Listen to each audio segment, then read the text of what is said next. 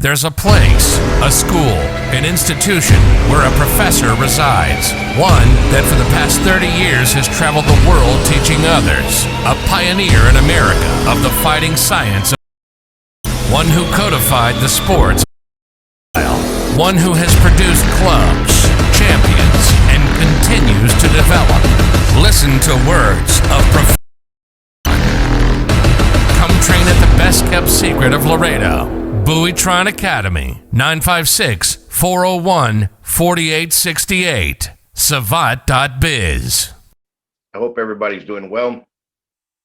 We have a great question.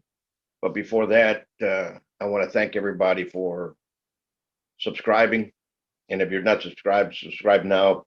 Touch the little bell for you guys to get a lot of material. We have a lot of content here on this page.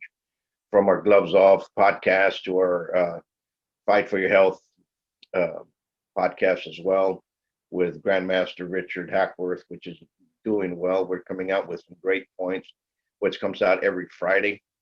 The questions and answers and viewpoints, actually, we've been doing it now, about 78 consecutive Mondays. So we cover a lot of different questions, from technical questions to historical questions to how to run a school, how to teach, and so on and so forth. But this one we're going to do today. And so the pedagogy of that and how it is done as when I was learning, and the way I apprenticed and the way I was taught to teach, which is a little bit different with a lot of stuff that's been changing. You have to understand that it's been 30 years ago. So a lot of things have changed. A lot of new trends have come up. A lot of people follow trends that actually are more of a negative for your actual physical ability as a fighter than what they're actually doing. But we'll touch base on that. We have several books that are out. We have the Sentinels of the Noble Art of French Pugilism, which we have. We have signed everybody that orders. If you want to order one, just give me an email drop, which is Buitron Academy at 2012@gmail.com. Remember, Buitron Academy 2012@gmail.com. Now, we have other books that are coming of place with everything going on with everything from the pandemic. These books should have been here in December. I've touched base with the publisher. They told me, excuse us for being late. These books are actually finished. One of them is actually finished, and it is going out and shipping. You should get it there within a week and a half. And that was told to me on Thursday.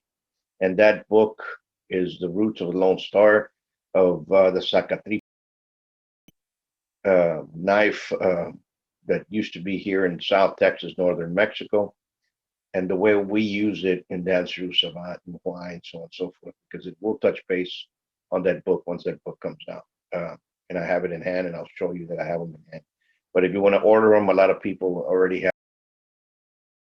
Folks, I have 35 folks that have already called me all last year about a list. So I'm sending emails this weekend to everybody and telling them that if they really want it, the book is here. So if you want one, send me a message again at Buitron Academy 2012@gmail. Have the is Walk Like a Band Dog, Not a Shih Tzu. Well, that's a personal memoir, kind of me telling you everything that's encompassed in Buitron. How we did it, the when, the how, the who's, what we should do, what we shouldn't do. A little bit of historical significance of me and my mistakes that I did coming along this road. Because remember, we were not taught the business aspect of it. There was never such thing. Even to now, there's not a such thing. There's some colleges like in Florida and in California that have some martial arts business, but it's died out. It's never continued. And I think there's some associations that you can learn, but basically more of a pyramid scheme Some of them are good ideas, and some of them are not. So you have to. It's all in the book, and it explains it. But the question that was asked is, when is too much training bad for you? And it was told to me when I have a young lad that was recently joined the school, so enthused that the father went and got him a heavy bag, got him focus mitts, and he shows up and he says, "This is what I'm teaching him at the house." Remember, what I love to see is I love to see people that want to train. If you have the will to train, you have the will to learn. Now, is it harder for me to get somebody that has been doing martial arts to come to Savate to try to find the mechanics, the technical abilities? Because a lot of people say this is where people are wrong. Motion is motion. Kicking is kicking, punching is punching. No, it's not. If you believe that, good for you. Continue doing what you're doing. I'm not going to talk bad against that, but it's not. Motion might be motion, but motion, kicking, Thai box kicking, and the way they kick compared to Savate boxing says it's totally two different worlds. Capoeira is a lot different world than kicking with Taekwondo and so on and so forth. But everybody out in the masses believes it's all in the same thing. They believe I have a black belt in Taekwondo, I can teach boxing. I did collegiate wrestling, I can teach judo and jiu-jitsu and MMA. I did Jeet Kune Do, I can teach Savate. I did kickboxing, I can teach Savate. No, you can't. They're totally two different things. You have to actually apprentice.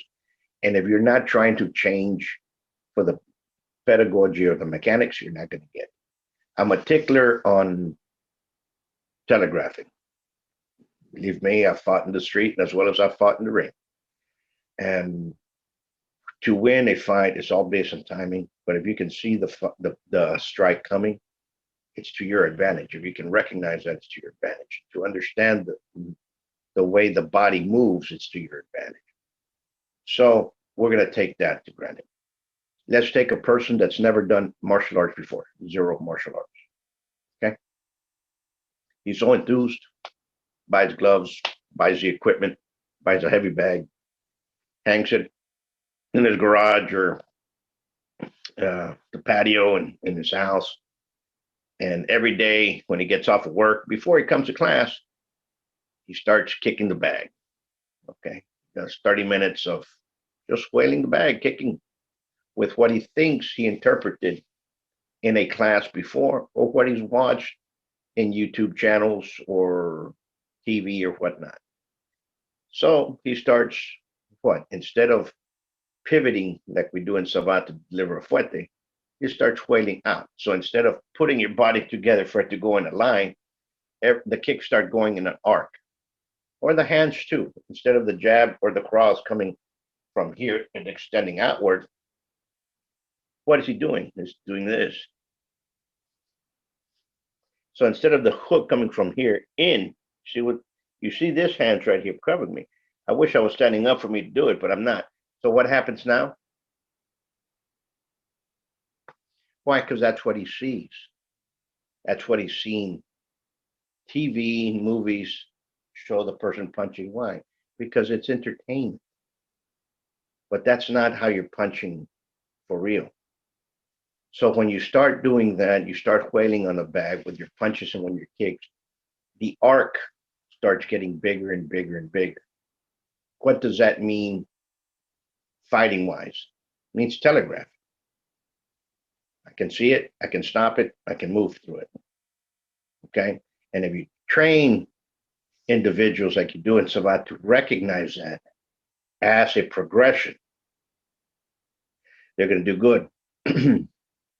What happens with some martial arts, but this is not saying that all martial arts do this. I'm just saying that people enthused can build bad habits. Okay, understand the difference. So when you start building bad habits in an early age, and you do not have somebody that is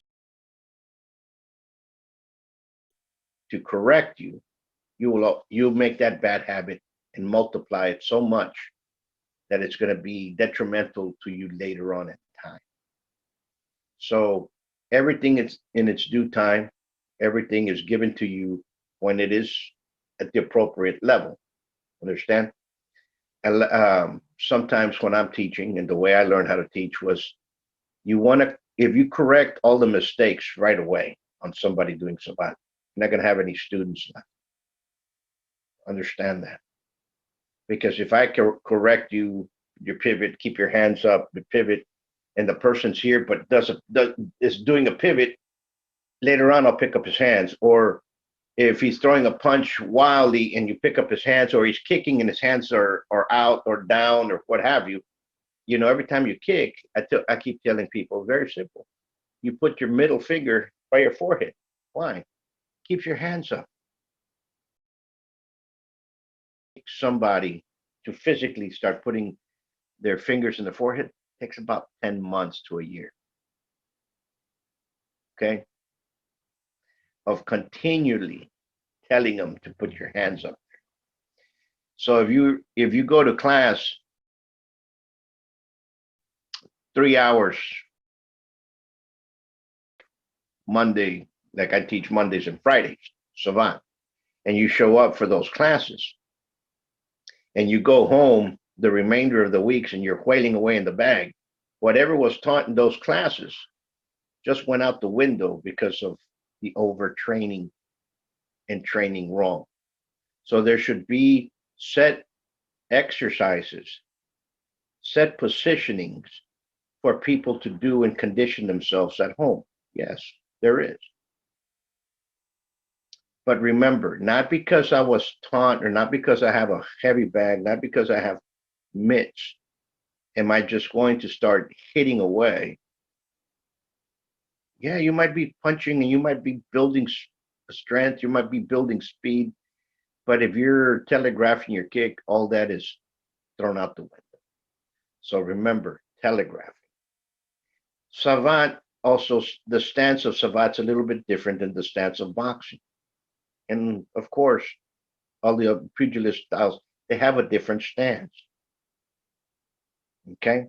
So one thing people forget nowadays is the pivot. The pivot is essential for the training of Savate and Savate Dancerou and Savate books, and says it's essential. People say, yeah, but you don't see it in the ring. You see it. The mechanics are there. The problem is that they're done so much of doing it in a lax state of mind that people that do not understand it are not seeing a pivot. Remember, the pivot is also camouflage within movement. If you have stagnant movement, it's not Savate. If you're training without shoes, it's not Savate. Okay? Remember, Savate means shoe in Old French. It's learning how to use a shoe as a weapon. So I love this topic about that. We can go on and so on and so forth. And from here, I can branch out and do so many different things. We will do a video about more of the teaching wrongs compared to the teaching rights. And some people, every time I put it, I'll get 2-3 calls up there and it goes, yeah, but in my art, we do it this way. Bravo. Continue doing it that way. If that's the way you feel like doing it, fine. There's no problem. I'm worried about my students that come here and want to learn Dancerou Savate. And some of those that say, you know, I want to go to the ring. I'm going to take care of them. Understand what I'm saying? So those that follow me, I want to thank you all once more. If you really want to learn the art of Dancerou Savate, jump on board and go into buymeacoffee.com. There's a lot of material there as well. There's more material on the pedagogy on videos there than there is on openly on YouTube. So you can actually learn the actual techniques and the sets and so on and so forth, what entitles you to become a saboteur of Dancerou. And remember, if you're ordering any of the 3 books, drop me a line at buitronacademy2012@gmail.com. And we got a bunch of stuff that's going on within the realm of Savate. and we have a great Passage de Grade. It's going to be in June. It's going to be the 32nd annual Passage de Grade. Imagine that, 32 years.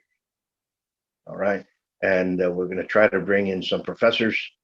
I know that Professor Andre Germain is coming. We're trying to bring Professor Richard Sila, Pascal Mazui, Jean-Louis Lassen, Andre Sabatier. We're going to try to bring somebody else in here because we want to make a great passage this year. If you want to learn Savate and there's no Savate in your area, give me a call. If and maybe you might know, might be some movement already there. Until next time, much peace and stay safe.